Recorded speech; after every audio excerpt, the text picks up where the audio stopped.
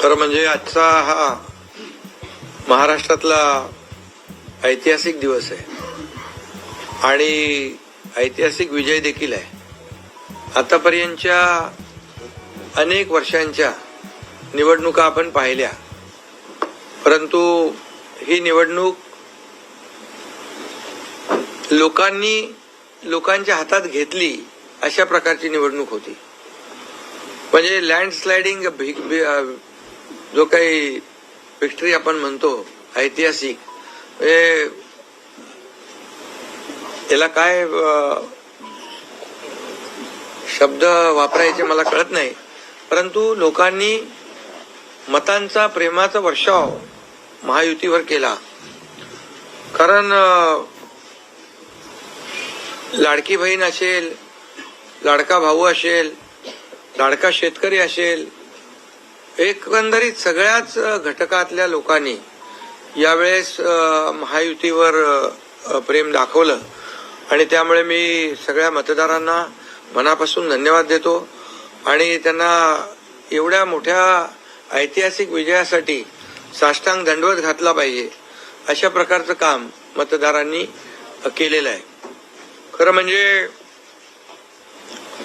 गेल्या 2-2.25 वर्षामध्ये मी देवेंद्रजी, अजितदादा, आम्ही जे काम केलं या राज्यामध्ये की शिवसेना, भाजपा, राष्ट्रवादी, आरपी, आमचे आठवले साहेब इकडे आहेत आणि आमचे इतर घटक मित्रपक्ष, आणि जे निर्णय आम्ही घेतले ते निर्णय आतापर्यंतच्या इतिहासामध्ये न भूतो न भविष्यते असे होते. म्हणजे एकीकडे विकास केला आम्ही, डेव्हलपमेंट, म्हणजे जे 2.5 वर्षात महाविकास आघाडी सरकारने जी काही कामं बंद पाडली होती, स्पीड ब्रेकर टाकले होते, सगळी कामं थांबवली होती. तुमच्या काळातली जी कामं, जसं महाविकास आघाडीचं सरकार 2019ला आलं त्यानंतर ती सगळी कामं बंद पाडली, त्याला स्टे दिले आणि ते स्टे आम्ही सगळे काढले आणि कामं सुरू झाली. मग अटल सेतू झाला, समृद्धी झाला, आपला कोस्टल झाला आणि मेट्रो झाली, कारशेड झालं आणि मोदी साहेबांच्या शुभ हस्ते त्याचं आम्ही उद्घाटनही करू शकलो. ज्याचं भूमिपूजन मोदी साहेबांनी केलं त्याचं उद्घाटन करण्याचे भाग्य आम्हाला मिळालं आणि त्यामुळे कामाला आम्ही प्राथमिकता दिली, विकासाला आम्ही प्राधान्य दिलं आणि आम्ही त्यामध्ये एकच डोळ्यासमोर ठेवलं की या राज्याचा सर्वांगीण विकास. आणि राज्याचा सर्वांगीण विकास करत असताना सर्व घटकांना आम्ही समोर ठेवलं आणि पाहिलं की जे 2.5 वर्षामध्ये जी कामं त्यांनी थांबवलेली आणि 2.5 वर्ष त्यांनी जे सगळं बंद पाडलं होतं ते किती वेगाने आम्ही सुरू करू शकलो याचं समाधान आणि आनंद आम्हाला आहे. कारण त्याचे तुम्ही ते फळं पाहत आहे. सगळी लोकांना आपण मेट्रो दिली, समृद्धी दिलं, अटल सेतू दिला, कोस्टल दिलं, लोक तो वापरू लागले. आणि त्याचबरोबर दुसरीकडे कल्याणकारी योजना आम्ही केल्या.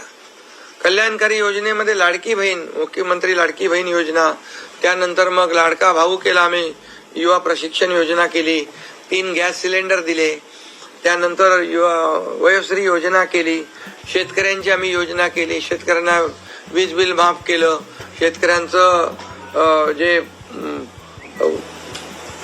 किती 7.5 HP पंपाच्या, 3, 5, 7.5 आणि त्या पंपाचं वीज बिल माफ केलं.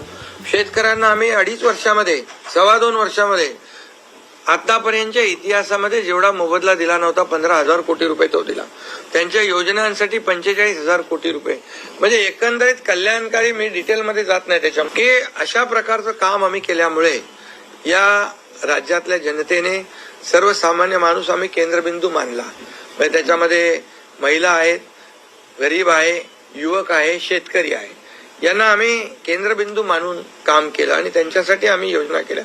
काय आमच्यावर आरोपही झाले, एका रेवड्या बाटण्या, काय काय काय म्हणजे तुम्ही हे वाटप सुरू केलंय, बहिणींना विकत घेताय का, काही लाच देताय का, या सगळ्या गोष्टीला आम्ही सामोरे गेलो. कोर्टामध्ये काही लोक गेले ही योजना बंद करण्यासाठी. आणि म्हणून लाडकी बहीण योजना जी आहे, त्याचबरोबर शासन आपल्या दारी, आम्ही याच्यापूर्वी शासन आपल्या दारी आम्ही केलं. डायरेक्ट तेव्हाही योजना होत्या, पूर्वी लाभही होते, सगळं होतं, परंतु लोक कंटाळून ते योजनांचा लाभ घेण्यापासून वंचित राहत होते. आम्ही 5 कोटी लोकांना त्याचा लाभ दिला, शासन आपल्या दारी. आणि आपल्या लाडकी बहीण योजना, यामुळे एकंदरीत लोकांनी विश्वास ठेवला की हे देणारं सरकार आहे, हे फक्त बोलणारं सरकार नाहीये.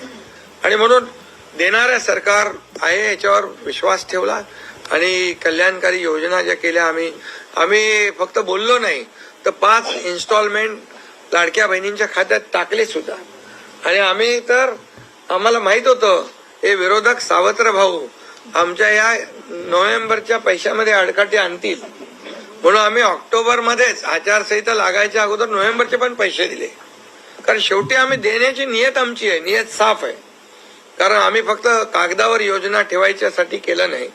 आणि त्यामुळे एकंदरीत या राज्यामध्ये सर्वसामान्यांचं सरकार सर्वसामान्यांसाठी काहीतरी करतंय ही भावना प्रत्येकाच्या मनामध्ये निर्माण झाली. आणि आम्ही म्हणालो common man common man common man. आता कॉमन मॅनने आम्ही ठरवलंय की त्यांच्या जीवनामध्ये काही बदल घडवून चांगले दिवस आणून त्याला सुपरमॅन करायचं. पण त्यांनी आम्हाला या निवडणुकीत सुपरमॅन सारखं काम करून दाखवलं. आम्ही कामातून उत्तर दिलं त्याला, आणि कामातून उत्तर दिलं, आणि ते काम लोकांना भावलं की बाबा हे काम करणारे लोक आहेत आणि काम सर्वसामान्य लोक आहेत. मी स्वतःला काय समजायचो, सीएम म्हणजे चीफ मिनिस्टर, मी म्हणायचो कॉमन मॅन आहे. आता कॉमन मॅन मध्ये मी जायचो.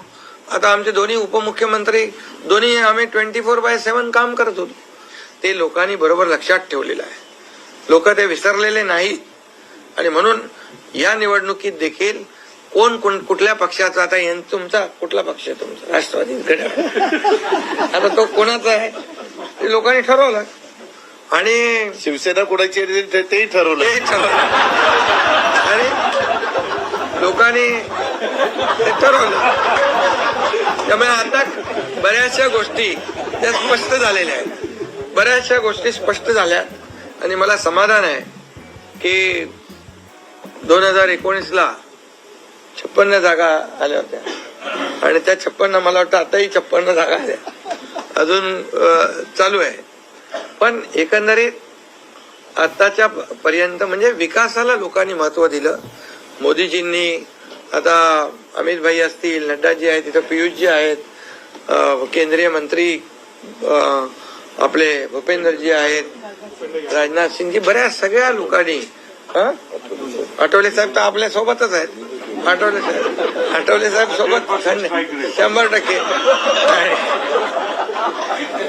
तर एकंदरीत आपण सगळ्यांनी या निवडणुकीमध्ये एकत्र येऊन काम केलं. एक आपला ऐतिहासिक विजय झालेला आहे आणि त्यामुळे खऱ्या अर्थाने आमची जबाबदारी वाढलेली आहे.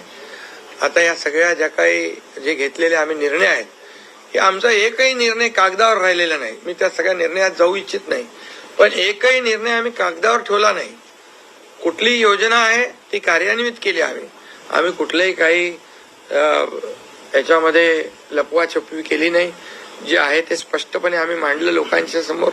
लोकांच्या दरबारामध्ये आम्ही गेलो आणि लोकांना काम आवडतं, लोकांना विकास पाहिजे, लोकांना कल्याणकारी योजना पाहिजे, ते आम्ही देण्याचा प्रयत्न केला आणि विकासाकडे या राज्याला नेण्याचा आम्ही प्रयत्न केला. यामध्ये केंद्राचा आम्हाला खूप मोठ्या प्रमाणावर सपोर्ट मिळाला. 10 वर्षामध्ये, मी तो आकडा अगोदर पण मी सांगितला होता, मनमोहन सिंग प्रधानमंत्री होते, 10 वर्षात राज्याला त्यांनी 2 लाख कोटी दिले. पण यावेळेस 10 वर्षामध्ये मोदीजींनी 10 लाख कोटी दिले.